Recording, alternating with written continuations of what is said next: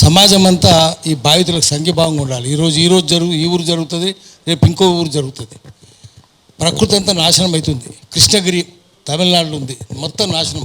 చీమకుర్తి ఒంగోలు జిల్లాలో ఉంది, మొత్తం నాశనం. ఎక్కడ మైనింగ్ అయితే అక్కడ నాశనమే. తెలంగాణలో రాజకీయ నాయకులందరూ దొంగలు, లంగలు, లఫంగలు ఉన్నారు. చోర్ బద్మాషంకి భారత్ రాజకీయాలంటే ఒక్కడు మనిషి లేడు దాంట్లో. ఇదంతా రాజకీయ నాయకులే. కరీంనగర్ జిల్లా చూద్దాం, ఎంత అన్యాయం అయిపోయింది. మొత్తం గంగుల కమలాకర్ ఉండే అప్పుడు, తర్వాత తక్కిన పార్టీ వాళ్ళు, వేరే పార్టీలు, అపోజిషన్ పార్టీ వాళ్ళు అందరూ కలిసి కొండలని కొట్టేసారు. ట్యాన్ బ్రౌన్ చాలా కాస్ట్లీ, అది యూరోప్లో, చైనాలో చాలా గిరాకీ ఉంది. కొండలన్నీ పోయినాయి, కొండలు లేవు. ఆఖరికి కొండగట్టు ఆంజనేయ స్వామి టెంపుల్కు లక్షల మంది వస్తారు. అక్కడ కూడా వెనక నుంచి కొట్టేస్తే బస్సు చుట్టూ తిరిగిపోయింది. మొదటి రోజే బస్సు చుట్టూ తిరిగిపోయి కింద పడి 65 మంది చచ్చిపోయారు బస్సులోంచి. సిగ్గు శరం ఉందా ఎవరికన్నా? అసలు కొండలు కొట్టేస్తే వర్షం ఎట్లా పడుతుంది?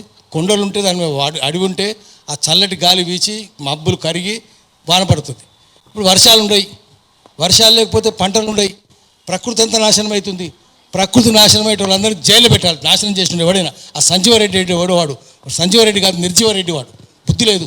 ఎట్లా చెరువు ఎట్లా తవ్వుతావు, ఎట్లా కడతాడు? పోలీసు వాళ్ళు ఏం చేస్తున్నారు? గులాంలా మీరు? పోలీసులు ఏం చేస్తున్నారు? ఎస్పీ ఏం చేస్తుండు? ఎస్ఐ ఏం చేస్తుండు? సిఐ ఏం చేస్తుండు? దొంగలు వాళ్ళంతా.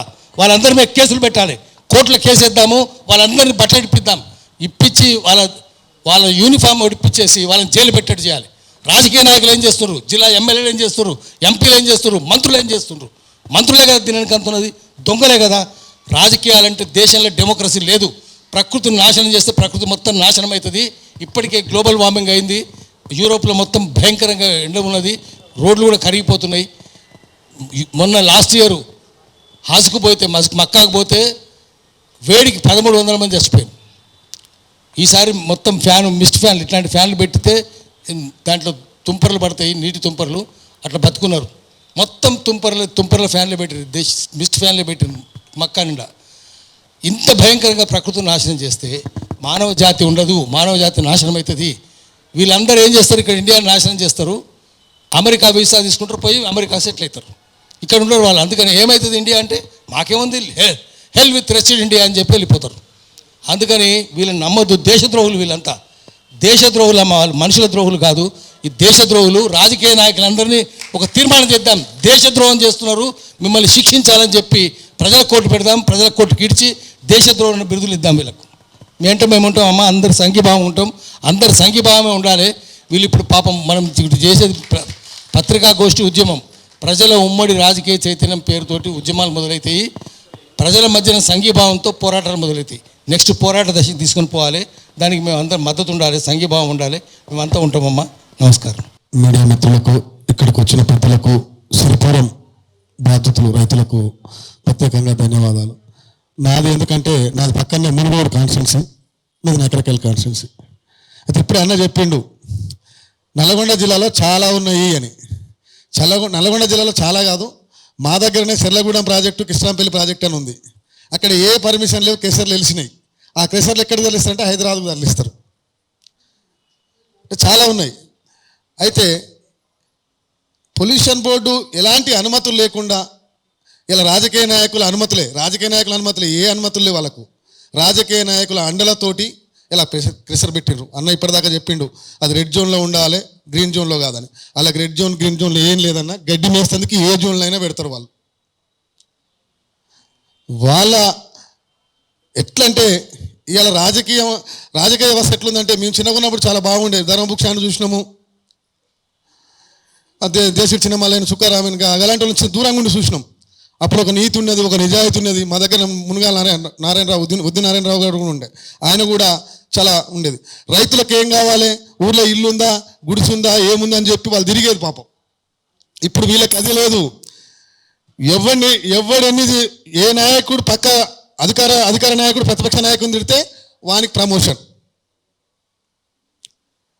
ఎవడెక్కువ మాట్లాడితే వానికి పదవి, ఎవడెక్కువ దోసుకుంటే వానికి ఎమ్మెల్సీ టికెట్ ఉండాలి. అయ్యా నువ్వు శ్యామల కిరణ్ కుమార్ రెడ్డి గారు వచ్చి ఓపెన్ చేసినావంట, నువ్వు ఉద్యమ నాయకుడు అని చెప్పుకుంటావు, ఢిల్లీ లెవెల్లో నాకు రాహుల్ గాంధీ దగ్గర పేరుందని చెప్పుకున్నావు, మేము ఓట్లు వేసినాం నీకు భువనగిరి పార్లమెంట్ మా పార్లమెంట్ సభ్యునివే, నీకు పొల్యూషన్ బోర్డు పర్మిషన్ ఉందా లేదా కూడా ఇంకిత జ్ఞానం కూడా పోయి రిబ్బన్ కట్ చేసినావు. ఏమనాలో నువ్వే తెలుసుకోవాలన్నా. ఇదా మీరు చేస్తున్నది? ఒక ఊరు క్రెషర్ పెట్టాలంటే ఒక 5-6 కిలోమీటర్లో గుట్టలలో పెట్టగల క్రెషర్, మధ్యలో సెలకలలో పెడితే పంటలు వంతాయా? ఇళ్లకు దుమ్ము, రోడ్డు మీద దుమ్ము, పంటలలో దుమ్ము, కనీసం తినే తిండిలో కూడా దుమ్మే ఉంటుంది. ఊరికి 1 కిలోమీటర్ అని అంటున్నాను అన్న. ఇటు గాలి వస్తే ఇటు పోతుంది, అటు గాలి వస్తే అటు పోతుంది. ఈ ఇంకిత జ్ఞానం లేకుండా కూడా మీరు పెట్టి ఇది ప్రజల్ని మోసం చేసుడు. అరే ఆయన అమ్మ మీరు తిన్నకాడికి ఇప్పుడు ఏదో ఆయన రిటైర్మెంట్ ఆఫీసర్ అంట, ఇప్పటిదాకా ప్రభుత్వ ఉద్యోగంలో సంపాదించినావు కదా చాలదా? ప్రజల కంచాలలో మన్ను కొట్టి కూడా తినాలని పిల్లలకు పెట్టుకోవాలా? ఆ దుమ్ము పోయి ఎడబడుతుంది, పేద ప్రజల కంచాలలో పడుతుంది. అలా కూడును కూడా తింటున్నారు కదా దుర్మార్గులు మీరు. ఇది ఖచ్చితంగా అన్న ఇప్పటిదాకా చెప్పిండు, ఇది మూతపడ్డది అని చెప్పిండు. శాశ్వతంగా దాన్ని తెచ్చుకోకుండా మా వంతు కృషిగా మేము తెలంగాణ అమరవీరుల ఆశల సాధన సంస్థకి వెళ్ళి ఖచ్చితంగా మీరు ఎక్కడ ప్రోగ్రాం పెట్టినా, మీరు ఏ నల్గొండ జిల్లా కలెక్టర్ రమ్మన్నా, హైదరాబాద్కి రమ్మన్నా మేము మొత్తం వస్తాము, దేనికైనా ముందుంటాం. ఎందుకంటే మీరు ఎంత బాధపడుతున్నారు అనేది ఆ పక్కన దుమ్ము చూస్తే తెలుస్తాను. నేను చూసిన ఇటు గాలి. ఇప్పుడు మా దగ్గర ఒకటి శివానగూడెం దగ్గర శ్రీదేవి గ్రానైట్స్ అని కానీ పెట్టిండు రోడ్డు మీద శివ అలా కొంత లొల్లి పెడితే వెళ్ళిపోయిండు. ఇప్పుడు మేము పోతుంటే మరి కూడా దాటంగానే బట్లపల్లి దగ్గర ఒక అసలు దానికి పర్మిషన్ ఉందా లేదా ఆయన ఒక క్రెషర్ పెట్టిండు. ఆ బట్లపల్లి పాపం నీళ్ళే సక్కకుండా కొంకరకాలని ప్రపంచం మొత్తం చూసింది. మళ్ళీ ఆయన ఒక క్రెషర్ తయారు చేసిండు. 7 గుట్టలు ఉంటే చాలు, ఆ గుట్టలు ఎవరివి ఏంది, ఆ ఇచ్చే మైనింగ్ పర్మిషన్ కూడా ఎట్లా ఇస్తున్నారో వాళ్ళు కంట్రోల్ బోర్డు వాళ్ళు. కంట్రోల్ బోర్డు పర్మిషన్ ఉండదు, మైనింగ్ పర్మిషన్ ఉండదు, ఏది ఉండదు. రాజకీయ నాయకులు అండ ఉంటే చాలు, వాళ్ళు ఏదైనా చేస్తారు. దీన్ని రాబోయే రోజుల్లో ప్రధానంగా మీడియానే దీన్ని చూపించాలి. మీడియా ఎందుకు చూపించాలంటే ఇలా సోషల్ మీడియాకి అందరూ అలవాటు పడ్డారు. సోషల్ మీడియాలో ఉన్న నిజం ఇలా కొన్ని ఛానల్స్ చెప్తున్నాయి. ఇక పెద్ద పెద్ద ఛానల్స్ అయితే చెప్పరు, ఎందుకంటే వాళ్ళు చెప్తే పెద్ద పెద్ద ఛానల్ చెప్తే పక్క ఛానల్ అంటాడు, నువ్వు ఇన్నుకో, నువ్వు ఇంత భూమి కబ్జా పెట్టినాడు, ఇంత భూమి కబ్జా పెట్టిన వాళ్ళు తిట్టుకునే పరిస్థితులు వచ్చినాయి. ఖచ్చితంగా సోషల్ మీడియా ఈ సిరిపురం ప్రజలకు అండగుంటుందని నేను భావిస్తూ మరి ఈ అవకాశం ఇచ్చిన సిరిపురం మైనింగ్ కమిటీ వాళ్లకు ధన్యవాదాలు తెలియజేస్తున్నాను. జై భీమ్, జై తెలంగాణ. మా సిరిపురం బాధిత రైతుల పక్షాన నమస్కారం. ఈరోజు మా ఊర్లో సిరి మెటల్ ప్రోడక్టు నిర్మించడం జరిగింది. దీనివల్ల మాకు రాతి బండలు, దుమ్ము, అలాగే టిప్పర్ల దుమ్ము మాకు చాలా ఇబ్బందిగా అవుతుంది. దానివల్ల మా రైతులకు ఏం చేయాలో ఇక్కడ పాల్పోతలేదు. దానివల్ల మేము ఎంఆర్ఓకి కానీ, గ్రామ సెక్రటరీకి కానీ, ఎంపీడీఓకి కానీ, మా కలెక్టర్కే కానీ, మైనింగ్కు, పొల్యూషన్ బోర్డుకు ప్రతి దరఖాస్తు ఇచ్చినాం, అప్లికేషన్ పెట్టినాం. వాళ్ళు ఇట్లా తీసుకున్నాడు అట్లేసుడు, ఇట్లా తీసుకున్నాడు అట్లేసుడు. దీనివల్ల మాకు ఏం ఉపయోగం, ఏం చేయాలి, ఎవరికి చెప్పుకోవాలి? బ్లాస్టింగ్ అవుతుంది, ఆ బ్లాస్టింగ్ వల్ల రాళ్ళు పడతాయి. చనిపోయిన వ్యక్తిని ఏడబెట్టాలి. పోలీస్ స్టేషన్కి పోతే తీసుకోరా మీరు పైసలు, మీకు ఏం కావాలో అయితే తీసుకోరి, 300 ఎకరాలు అంటారుగా, తీసుకోరు, ఎకరానికి 20,000 ఇస్తాం, 10,000 ఇస్తాం అని ఈ పోలీసులే చెప్పడం మాకు.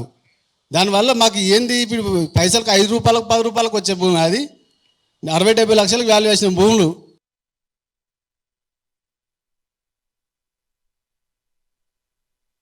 మా జీవనోపాధి అది. ఇల్లు తీసుకోవాలని పైసలకు 5-10 తీసుకుంటే మా బతికెక్కడ పోవాలి, మేము జీవనాధారం ఎట్ట గడపాలి? వాళ్ళ ఉద్దేశం ఏంది? మైనింగ్ ఉంటే నువ్వేనో 300-400 ఎకరాలు గైరాన్ భూములలో పెట్టుకోవాలి. పక్కపట్టే ఇదే గుట్ట పక్కపట్టే మా భూముల కానీ వీళ్ళు బ్లాస్టింగ్ చేస్తే మేము ఎక్కడ పోయి బతకాలి? వాళ్ళకి ఏమైనా అర్థం ఉందా? కంపెనీ పెట్టుకోవాలి, ఎవరికి ఇబ్బంది కాకుండా చేసుకోవాలి. నువ్వు మైనింగ్, సోలార్ ప్లాంటు, బయోగ్యాస్ గవి పెట్టుకొని చెప్పినాం మేము. ఇది వద్దు సార్, ఇది వద్దు, ఇది వేరే కంపెనీ పెట్టుకోరి, పత్తి మిల్లు అన్న పెట్టుకోరి, రైస్ మిల్లు ఉంది, మీరు రెడ్డి రైతు కదా, రైస్ మిల్లు పెట్టుకోరి. ఈ నలుగురికి ఇబ్బంది పెట్టే ఈ ఫ్యాక్టరీ మంచిది కాదు సార్ అని చెప్తే మస్తు పెట్టుకుంటాం పోవా, ఇంతకుముందు పెట్టుకోలేదా? అంటే మీ ఇష్టమేనా? ఇక రైతుల ఒప్పందం ఏది ఉండదా? గ్రామ లెవెల్లో పోతే గ్రామ సర్పంచ్ కాడ వాళ్ళ పర్మిషన్ లేదు, గ్రామ పంచాయతీలో పర్మిషన్ లేదు, మండలం కాడ లేదు.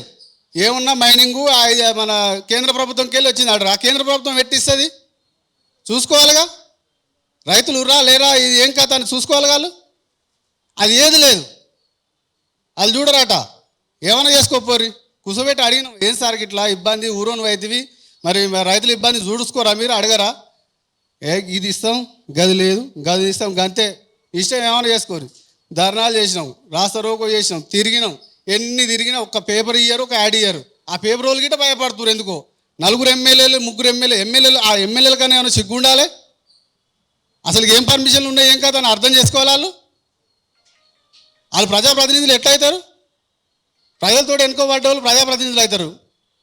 వాళ్ళకి ఆలోచన ఉండాలిగా. వాళ్ళకిట చెప్పిన అట్లగిట వీలయ్య గారికి మన భూమల్ల సీను మూటకొండూరు సర్పంచ్ తోటి భూమల్ల సీన్ తోటి చెప్పించిన, కుంభవనిల్ కుమార్ రెడ్డికి రేగు స్వామితోటి చెప్పించిన, అన్న మాకు ఇట్లా ఇబ్బంది అవుతుంది జర చూసుకోరు మీరు చెప్పురు అని.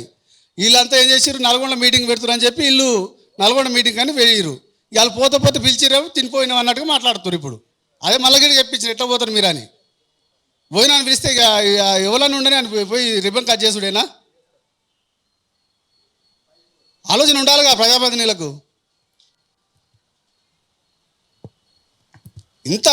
ఇంత ఇబ్బంది అంటే అంత ఇబ్బంది ఏం చేయ. ఇప్పుడు ఇట్లా జరిగే నక్సలిజం పెరిగేది ఏ ఆఫీస్కి పోయినా లేదా, మైనింగ్ కాడ లేదా, ఈ పొల్యూషన్ బోర్డు కాడ లేదా, ఏదో లేదా. ఇటు తిరిగి అటు తిరిగి ఏం చేస్తారు మా సోటోళ్ళు? ఏడబత్తాం మేము. నక్సలిజం పెంపొందించేది ఇల్లే. కోమరెడ్డి వెంకరెడ్డి గారు మీరు మంత్రి కావచ్చు, రైతులను చూసుకోండి ఫస్ట్ ఒకసారి. నక్సలిజం పెంచేది కిషోర్ గవర్నమెంట్ తోటే. యువకులు ఉన్నారు, మీకు గవర్నమెంట్ జాబ్లు ఏ రైతుని ఈ ఏమైనా వ్యవస్థ చూపెట్టి రైతు మీకు ఏమైనా చేసేయలేదా?